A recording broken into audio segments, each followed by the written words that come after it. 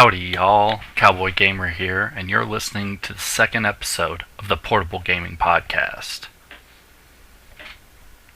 Right there, that would be where my amazing intro song would go, but, well, I don't really have one, so we're just going to leave it kind of blank here. However, if I get a few more subscribers going, I do have someone in the works that's going to create me a good intro song that I can start adding to my videos, but I'm not willing to pay out the money yet until I get a few more supporters and some people commenting stuff like that on YouTube and elsewhere. For those of you that don't know or just this is their first time listening, like the name implies, this podcast will focus on portable games. Topics will be on Nintendo's 3DS and 2DS, Sony's Vita/PSP, and yes, PSP is still releasing games. I think between January and March of this year, I think there were 6 PSP games created, mostly in Japan, but still, for a console that hasn't been created for a while, they're still making games and releasing games. And then the rest of this will be on iOS and Android smart devices, tablets, stuff like that. And I figure I'm going to try something new this week. I'm going to break up this podcast into segments by topic and by group. And why am I doing that? Well, because there's actually people that care about this podcast and have requested that I do so because they don't want to listen to one long YouTube the whole time that's an hour long. They want to listen to chunks based on, or just listen to some of them based on topics they actually might care about. And yes, it's only one person that said that, but one person does care. Again, it is just me today. I'm still putting requests out there. I found a couple of people still have some love for some of the devices I care about, but there's just not a lot of support on portable gaming, so there's not a lot of people that have a knowledge base and that want to be on a very unknown podcast channel, unfortunately. Not a lot of people that just want to put their foot in there and see what happens. But let's get right down to it. We will start off, as always, with what games I am playing, and if I ever get a co-host, what games they're playing. Not many games this time, and it's going to be a little out of order for my normal setup, but games I've been focusing on right now are, and again, I do play other devices. I play my Wii U, I play my PS3, I do that, but since this is a portable gaming podcast, I'm going to just focus and tell you the games that I'm playing on my portable systems.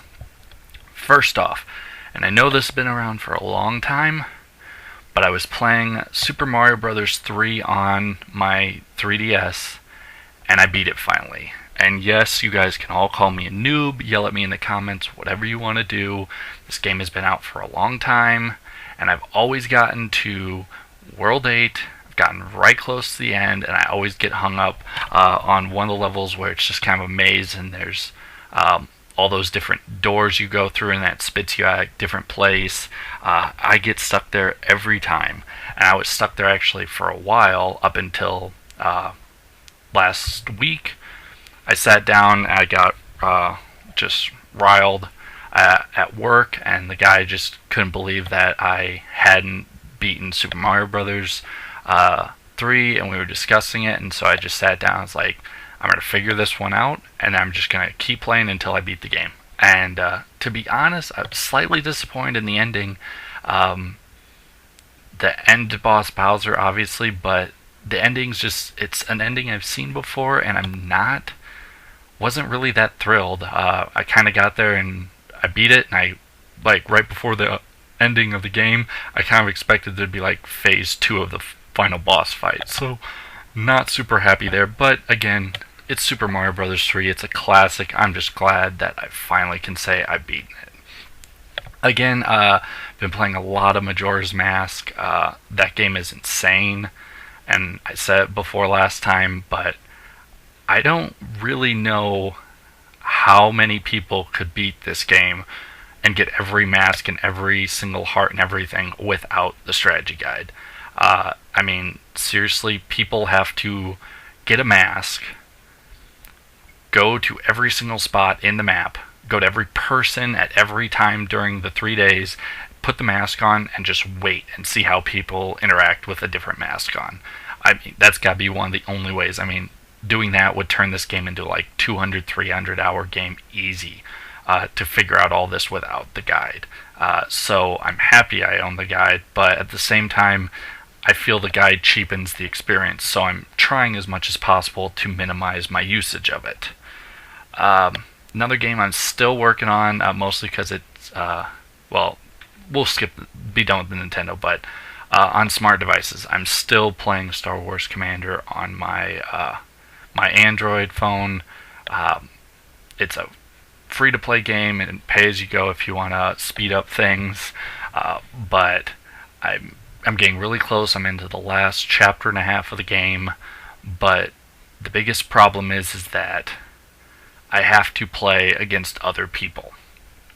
And sometimes those other people are just way more, they've played the game longer, they have a better like town layout or base layout, so they can defend your attacks. And to be honest, unless you find a person that's about as weak as you are, you're not going to break that base or do it well enough to get like the star you need to go on to the next level.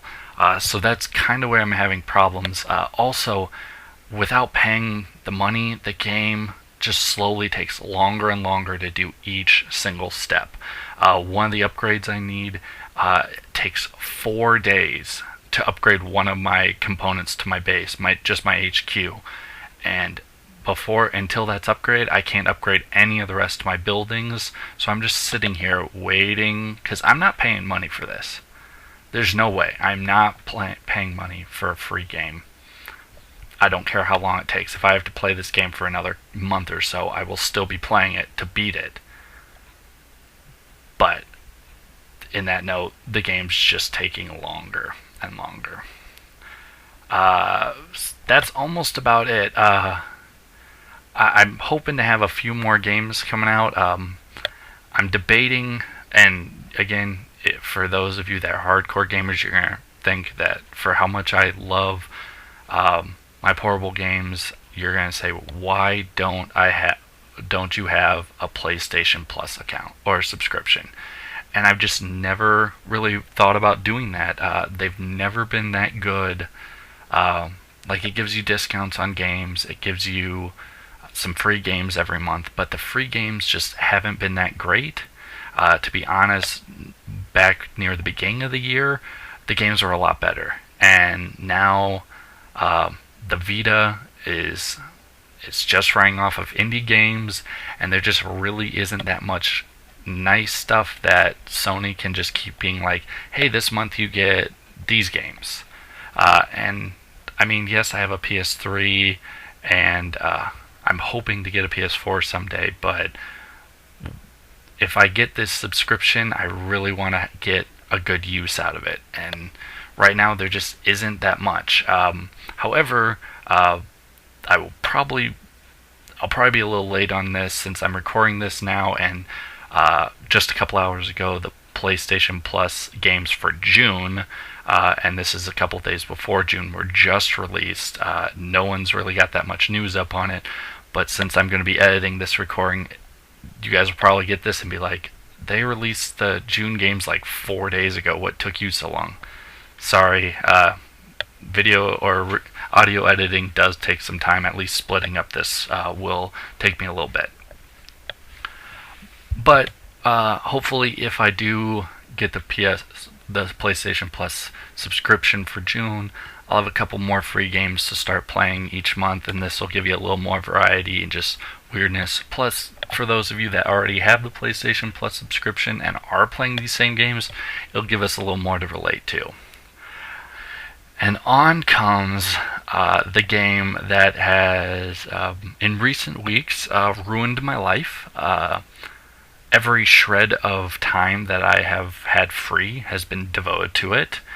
And yeah, that's easily 40 to 50 hours these last few weeks. And I already am running 50 to 60 hours of work a week, so not much time left. On that note, I have been giving up a couple hours of sleep every few nights to play this, so this game has got me completely hooked. And most of you, as soon as I say it, are going to be like, finally getting with the times? Like, this happened years ago. What took you so long? But that game is Minecraft on the Vita. Personally, it just came out on the Vita not that long ago, so to be honest, it's not super new. It's been on computer, it's been on PlayStation devices, Xbox, stuff like that, but I never saw the enjoyment as someone watched on computer. It's a lot faster, a lot better interface and everything, but I haven't really been that interested in it. However, if you guys pay attention to IGN and stuff, Kind of Funnies and used to work for IGN, Greg Miller, Game Over Greggy, and Brian Altano used to do an IGN Minecraft, and there's still a YouTube channel up, and you can watch some of their videos. But just watching them, they were complete idiots on learning the game from scratch, figuring out what to do, and that was really fun. I went back and watched those over the last few weeks, and I've just been going through every single episode. Kind of Funny released Minecraft of just Greg Miller playing the Minecraft, and it was really weird and really out there and just kind of hilarious. But I knew this game's been out there a long time. People have been watching and playing it a lot. It gets tons of hits on Twitch and stuff. And I finally decided I want to see what this game is all about. It's super simple, not a graphical huge horse, but I wanted to be like, I'm gonna give it a try, and if it lets me down, it lets me down. But I thought about it for a while, and I said, I'm going to get this game, and I want to do one thing in this game, and I'm going to show up a bunch of pictures and be like, this is what I created, and I'm super proud of it.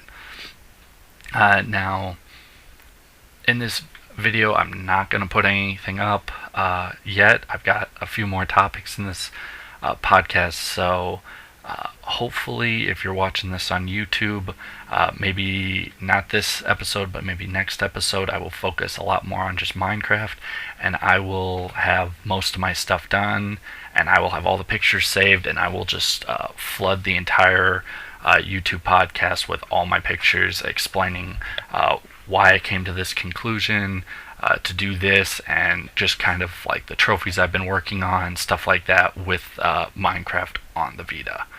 So that's what I've been playing for the last couple of weeks, and probably what I'll be playing other than Super Mario Bros. 3.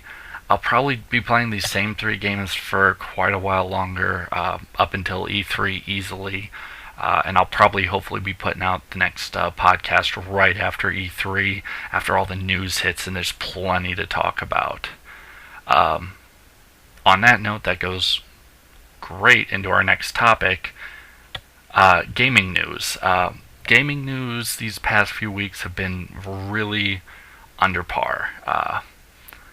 E3 is coming up in a little over 2.5 weeks, and unfortunately, everyone is just keeping all their news, just kept it in tight-knit. They don't want anything getting out, any of the awesome things they might be talking about at E3, and for that, there's just not many cool things that are being talked about. There's just not much news. So this isn't the greatest amount of news, but here's what's been so far what I know about. For the Nintendo, the 3DS is getting some more themes, and these are all Pokemon themed. There's a Mega Charizard, a Pokemon Shuffle, and another one theme that you can buy. I think they're standard price, like the $1 or $2, whatever themes are costing these days. But again, couple sound effects in a background, not the greatest thing. but it's better than like not having anything. And since America doesn't have the smaller new 3DS, we don't have all those cool faceplates. With the Pokemon theme, Pokemon Shuffle, Nintendo's free-to-play game, or free-to-download, as they say, got a huge, a massive update.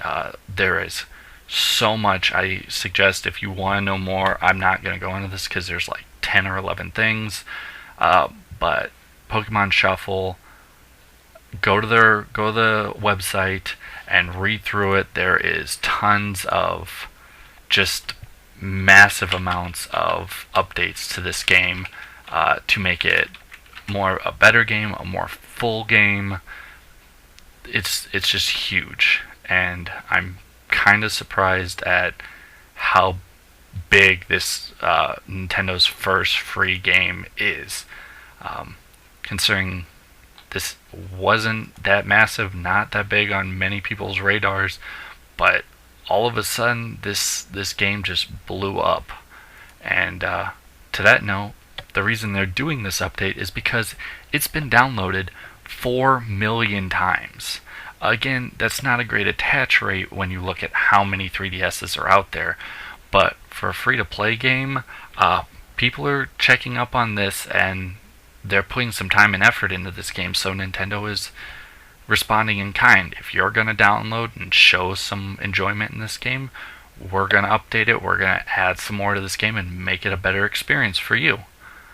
On the Sony side, like I just said, PlayStation Plus games were released, 2 for each game, so 2 PS4, 2 PS3, and 2 PS Vita, but if you have a PS4, then you can also get the PS Vita games, so they're cross download technically. So for the Vita, which we care about, we are getting Super Exploding Zoo, and yes, the game looks weird, it sounds weird. It is pretty much animals versus aliens, and how you kill these aliens is you have a giant death ball of zoo animals and they explode, and that's how they get rid of the aliens. If I get my PlayStation Plus subscription, I do not know if this is going to be the game that I'm going to put that much time into. To be honest, after seeing these 2 games released, I don't know, even though my birthday is in June, I don't know if I want to start my subscription this month.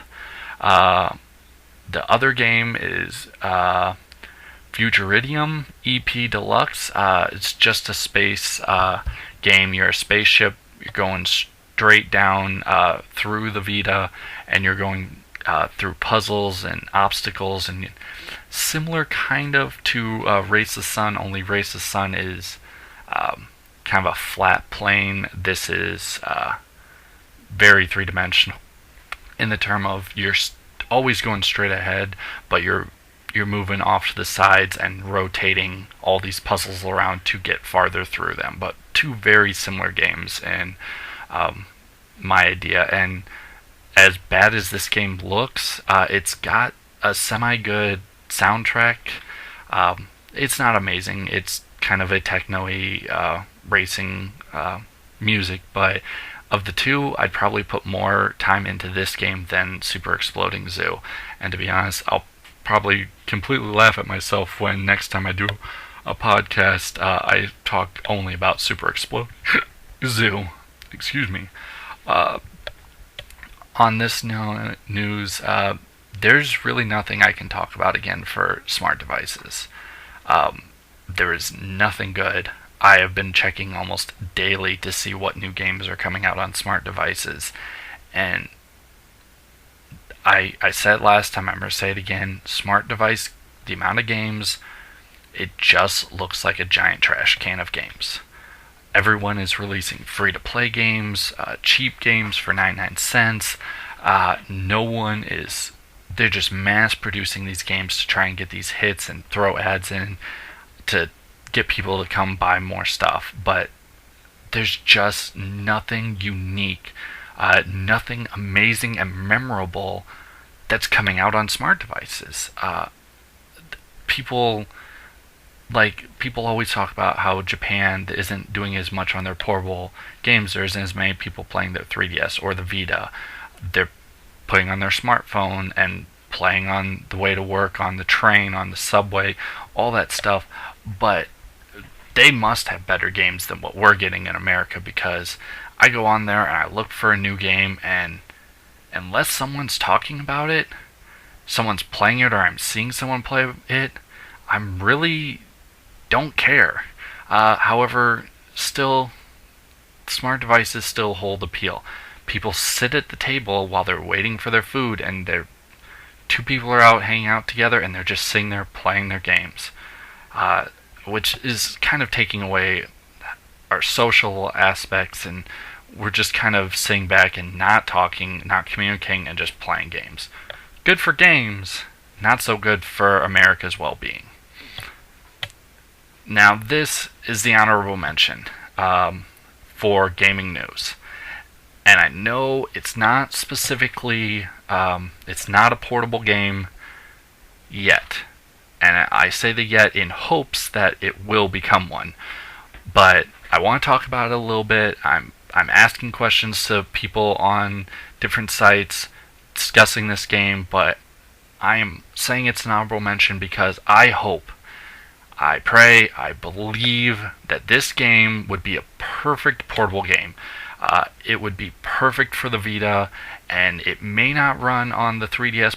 Maybe the new 3DS has a little more processor. It could handle this game, and it's not a super graphical game, but I want this game to come out on a console that I can actually play it on. Because right now, I love this game, but it's not coming out on anything I can play it yet. And that game is, if you've been paying attention to the news over the last few weeks, Bloodstained Ritual of the Night, another IGA game, and if you don't know who that is, look at Castlevania and look who created it. And yes, IGA is the guy that created almost every single one of the older Castlevania games, at least pretty much all the 2D games. And he just announced a Kickstarter for this game not too long ago. I think it's only been about halfway. I think 16 days are done. At the time of this recording, there's 16 days left to go. Target goal funding was $500,000. They passed that in 4 hours and funded this game on PS4, Xbox One, and PC/Steam. However, it is now 16 days ago. They have $2.8 million on this funded, and they just announced that if they hit $3 million, they will put this on the Wii U. Now, Iga hates touchscreens. He says he does not want to program for this, and to be honest, he might not do a ton of the programming. He may do a lighter touch in the creating of this game, or he could be hardcore into making this game himself. And that's not to say he's got a studio that's going to be creating this game, but we will see what kind of time and effort he puts into creating this game. Now, he hates touchscreens. However, now that it's on the Wii U, I can't understand why, if this got a little bit more money, this should get funded for the Vita first if possible.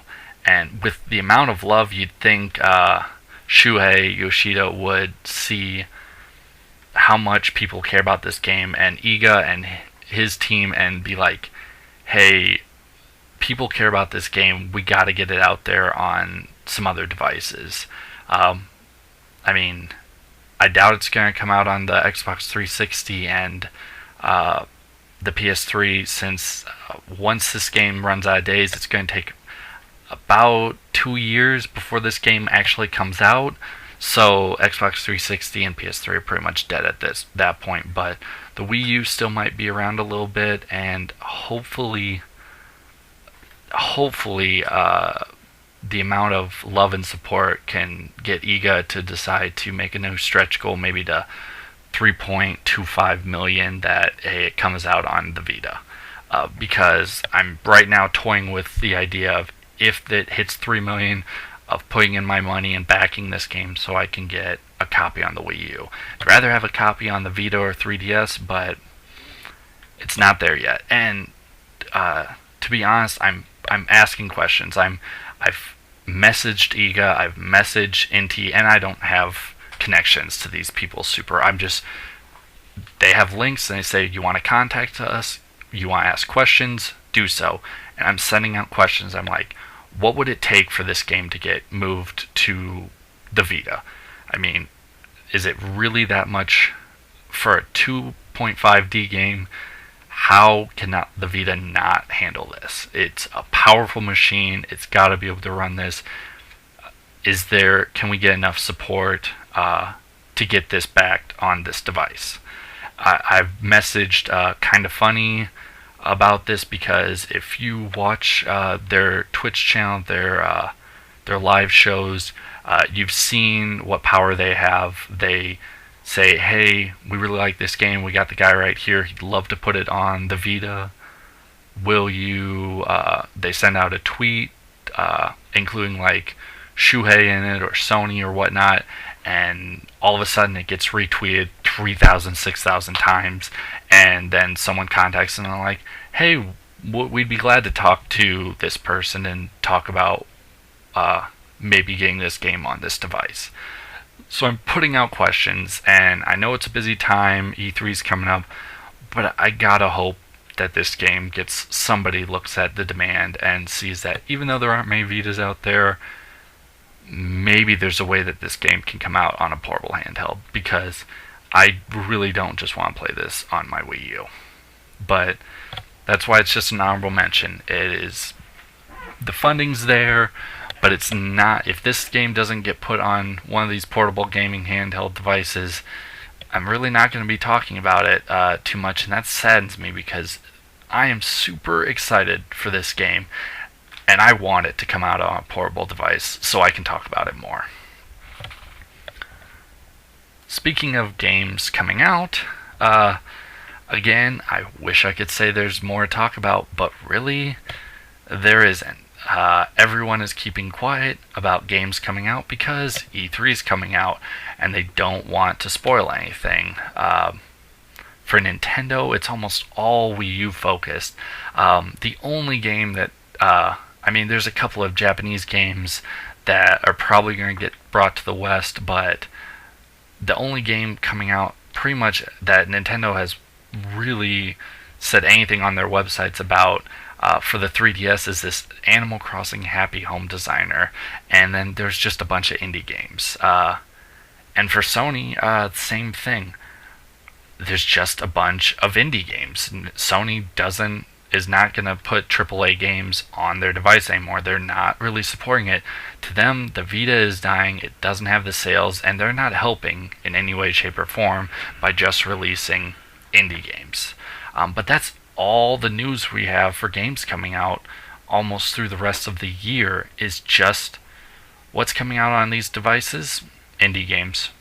Don't like it? Sorry. And that's not to say that there might be something amazing at E3. Nintendo's got to have some cool things coming in the works for their 3DS and their new 3DS for games coming out after E3. And they'll announce them all there, and then they'll be like, hey, we got 4 more games coming out that are major names other than the indie games coming out before the end of the year, plus possibly that giant Thanksgiving Christmas game. And Sony's probably going to be like, hey, we're just going to be releasing like an indie game once every couple of weeks on our device. Maybe a couple more. I mean, you still got Axiom Verge coming out this year, but other than these indie games, there just isn't much to talk about. And again, we come to the garbage heap. Yep, that's right. Smart devices. Games coming out. There's like 30 games that have come out just in the course of this podcast. Are any of them good? No. And I try. I look, I watch videos, and there are games coming out for these devices. For Sony, for Nintendo, they just aren't worth talking about. For Sony, I know I'm backtracking. Sorry. as much as I want to get off this topic, there are games coming out before the end of this year for the Vita, but they aren't really noteworthy. And I want to talk about them more as they get closer to their actual release date. But, I mean, let's just think about the rest of the games really coming out this year, and this is super sad, but I will go through the list. And this is to the best of my knowledge. Some of these might be early 2016, but I thought, if I remember right, these are all still 2015 games. So we got Operation Abyss, Axiom Verge, and this is probably the best game of the entire list. Dragon Fin Soup, Shimi, To Leave, Persona 4, Dancing All Night. Yeah, if your heart is breaking, so is mine. Lego Jurassic World, Danganronpa, another episode. I'm kind of interested in this. If you know Colin Moriarty, he loves Danganronpa, and I want to keep an eye on this game, and I'll probably talk about it more as it gets closer to its release, but I think there might be something worth trying out in this game, or at least get me to try it out. And then we got Death Tales and Octodad Deadliest Catch. I'm sorry, Octodad, it's out on almost every other console, and I'm super sad that they have to port it to the Vita, but really, are we gonna keep kicking this can around? Because I guess everyone likes squids because of Splatoon or something, but man, I'm not looking forward to this game either. And on this list, I'm probably just gonna get Axiom Verge and look into Danganronpa, but that's about it. Nothing else on the Vita is interesting me, and that's super sad considering this is a portable gaming podcast. I'm sorry that I don't have the excitement right now to talk about all these games that are coming out on this system because there aren't any. Sorry if any of you guys, Nintendo, Sony, anyone's actually listening to me, put out more games, I'll get more excited. Going back to that, smart device games. There's too many free-to-play and too many free-to-download games. Too many ads, and I'm sorry, it's just not worth it to play all these games out there.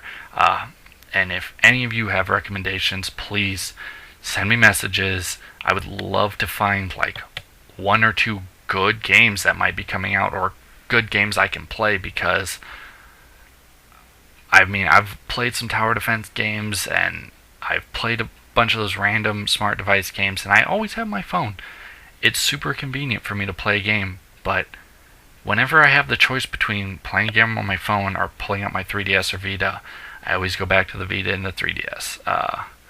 Yeah, it's just one more thing to carry around, but there's just so little good things coming out on smart devices, I just can't get super excited about it. Alright, and now final topic, probably my favorite one so far to talk about, but like I said before, about 2.5 weeks we have E3 coming up, and everyone else has been doing it, so I'm going to throw in my 2 cents too, but I'm going to be doing a segment on E3 predictions, and I will just be focusing on Nintendo 3DS and Vita. Sorry, smart devices really aren't at E3, unless Nintendo lied and actually talk about their games coming to smart devices, but I doubt they're going to do that. And like I said, I can't take all the credit for these. I've been listening to a ton of podcasts. This is just kind of a conglomeration of some of the best ideas I've heard. I've altered them a little bit, made them my own, because some of the ideas are people's like hopes and dreams, and they just really aren't things that I think Nintendo's going to do, but I've changed them to be things that possibly have a chance of coming out, and things that Nintendo could actually talk about. And if I have a crazy one, I'll let you know. So, and again, some of these are going to be things that I've already talked about in some of my other YouTube videos. If you've already been watching all my videos or listening to all my videos, some of these might be the same, but if you haven't, enjoy. Nintendo is going to talk about, and this is kind of the more boring one, but Nintendo is going to talk about the NFC reader for the old 3DS. They've said they are going to release it, and the new 3DS already has NFC support built into it, but we're going to get that reader for the old 3DS, and Nintendo's going to say, hey, it's coming, we're not lying, we did make this device, it's coming to you, here's the date, here's the cost. Yay. Be excited, because the 3DS games that have Amiibo support, and I'm sorry, there aren't many, but you can use your Amiibo now. That thing that we got you all to buy a ton of. And like I said, Amiibo will probably still only work for just a couple of few games. There just haven't been that many games released so far on 3DS that have Amiibo support. Codename Steam, the fighter game, few others, but there isn't that much that have awesome 3DS Amiibo support. They're just not working well together. But I think at this E3, Nintendo is going to talk about a few more 3DS games that are going to have Amiibo support. 3DS games that are coming up, possibly the Animal Crossing Home Designer with the Villager Amiibo, and how that might work together well. But Nintendo understands that Amiibo are popular. They're making money off this. People want this, and a lot of it's just collectors want it, but Nintendo's making money, so they got to find more ways of putting Amiibo support into their 3DS games. They're in the Wii U games a lot, but they need to be in more 3DS games. They're not gonna look at like their old games they've already released, like Xenoblade 3D and Majora's Mask, and figure out, hey, how can we get Amiibo into this? Because those games have been out already, and I don't think you're gonna have people after E3 still interested in these games. If they played it, they probably already played it and beaten the games, so there's no real point to adding Amiibo support now. But future games on, we'll probably get some cool new 3DS games and how Amiibo is going to work with them. Again, if you've listened to my talk, I did one already on this, but Nintendo has released some good N64 games on their 3DS. You have both Zeldas and you have Star Fox. And Nintendo should be announcing another N64 game. I don't know exactly what that is, because I don't hear things from Nintendo or anyone. No one tells me things, and if they did, I wouldn't be allowed to talk to it anyway. But right now my hope is going to be an F-Zero game. People have been clamoring for that, and yes, it's a lot of just hardcore fans. There might not be enough salability, but I think there's going to be another N64 game released on the 3DS. It might just be the new 3DS, but Nintendo's been putting these games out since the 3DS came out. They've put out one every so often, and they've done pretty well, especially if you look at Majora's Mask. Selling amazing, lots of copies sold, and it's just a re-release on the 3DS. But it shows that the 3DS can support N64 games pretty well if Nintendo puts some time and effort and changes up the game, makes it a little better. But I'm kind of hoping we get an F-Zero game, just because there isn't that much for racing on the 3DS. We had Mario Kart 7, but that was a while ago. Mario Kart 8 is doing great on the Wii U. Maybe it's time that Nintendo puts another racing game on their 3DS and brings back an old game like an N64 game. On that note, talking about older games and like F-Zero, one thing that I think is going to pop up for Amiibo now is Star Fox. There's a lot of characters in that universe. We have the Star Fox game coming out for Wii U. What better way than to push the Star Fox game than to say, hey, we're bringing out a whole nother line of Star Fox amiibo. There's plenty of characters, plenty of joy and love for that IP and those names. So I think there's going to be another line of amiibo that Nintendo has, because they're getting closer to releasing all the Smash Brother ones. They've got the Super Mario Bros. But unless they're going to add more to that wave, then or that collection of amiibo, they're going to have to do something, because we're running out of amiibo left that they haven't released. So they're going to have to create some new amiibo lines. And again, this is my hope, but it falls into more stuff on the 3DS. But this is my one kind of out there thing. But Mario Maker is getting a lot of love, a lot of hype, a lot of support. There's just a lot of things they're talking about for this.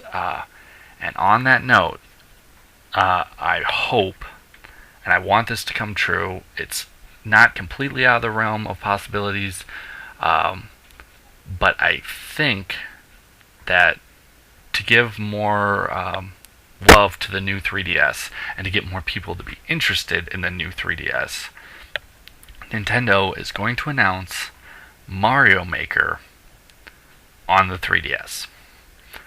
It won't be in 3D, but it runs skins of all the older Mario games that can easily be run on a 3DS. And you have the touchscreen. It's not super difficult. But I think Nintendo is going to be like, hey, you all love Mario Maker on the Wii U. Here's a version on the 3DS. Go to town. And to be honest, if they did this, people are going to lose their minds. This could be that one-up, like, last thing that they throw in. But I think it might only be on the new 3DS, since the same button layout and the faster processor. But this would be a great way to get people to be like, oh, I love Mario Maker, I don't own a Wii U, and I have to own a new 3DS. So it kind of puts a deviation between people that own 3DSs and don't own new 3DSs, but at the same time you boost some new 3DS sales because people are going to want this game. On the Sony side, with how much the Vita is dying, this doesn't totally make sense, but I think the Vita is going to get a price cut. It's dying. Sony knows it.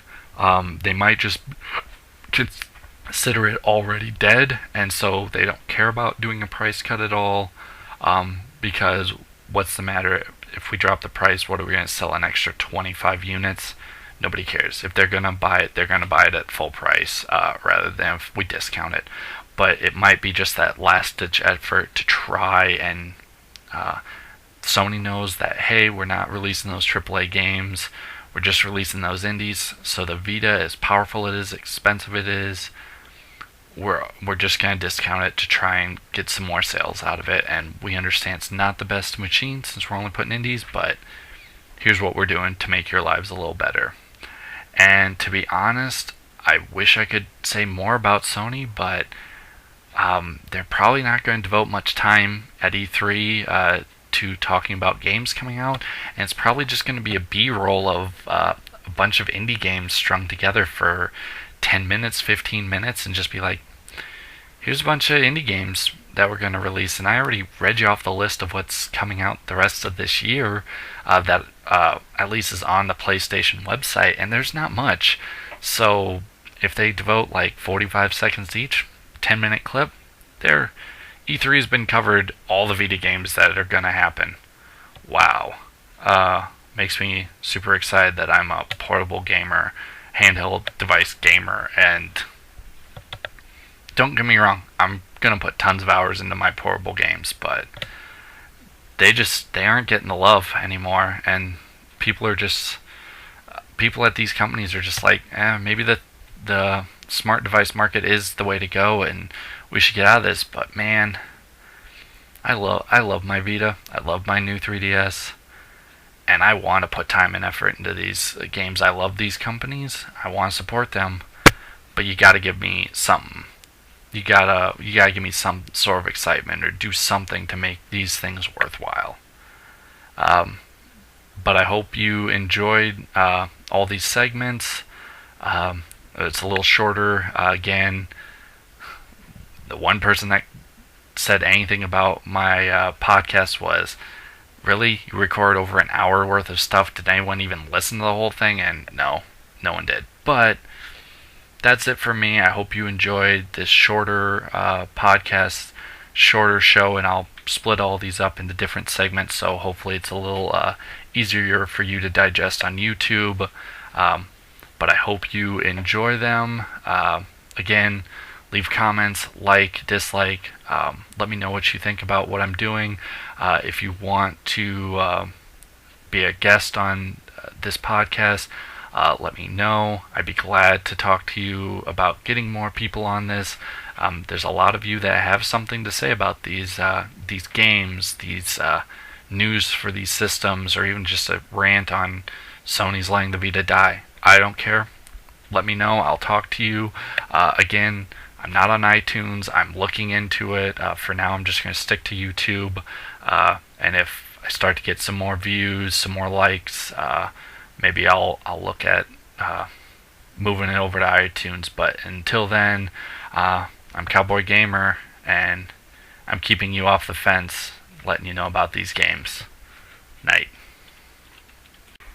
And remember, if you want to check out any of my other channels, my other portable gaming podcast, all my videos of me playing Mario Kart 8, my unique channel Reviews on Horseback, or my other two, God and Idea or Nintendo's Future, be sure to click on these links. And as always, feel free to subscribe if you like the content and you want to see more of it.